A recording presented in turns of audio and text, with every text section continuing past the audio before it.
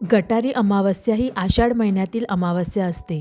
या दिवशी मांसाहार आणि मद्यपान करण्याची प्रथा आहे, कारण यानंतर येणाऱ्या श्रावण महिन्यामध्ये मांसाहार आणि मद्यपान टाळले जाते. श्रावण महिना हा आध्यात्मिक आणि धार्मिकदृष्ट्या महत्त्वाचा मानला जातो, त्यामुळे या महिन्यात मांसाहार आणि मद्यपान टाळले जाते.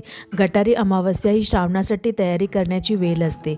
गटारी हे नाव गतहारी या शब्दावरून आले आहे, ज्याचा अर्थ गेलेला आहार किंवा श्रावणामध्ये न खाल्लेले अन्न असा होतो. गटारी अमावस्या आणि गटार यांचा काहीही संबंध नाही, हे लक्षात घेणे महत्त्वाचे आहे.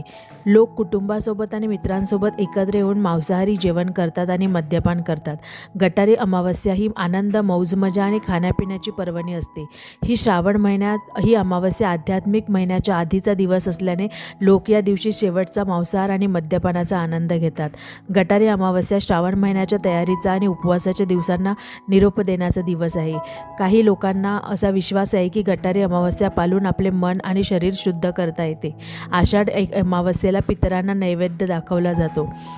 गटारी अमावस्या काही ठिकाणी दीप अमावस्या म्हणून ओळखली जाते, ज्यात दिव्यांची पूजा केली जाते.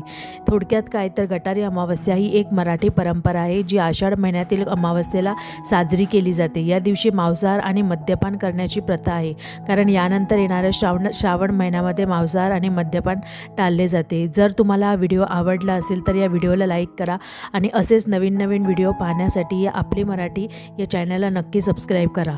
तुम्हाला व्हिडिओ कसा वाटला ते कमेंट करून नक्की सांगा.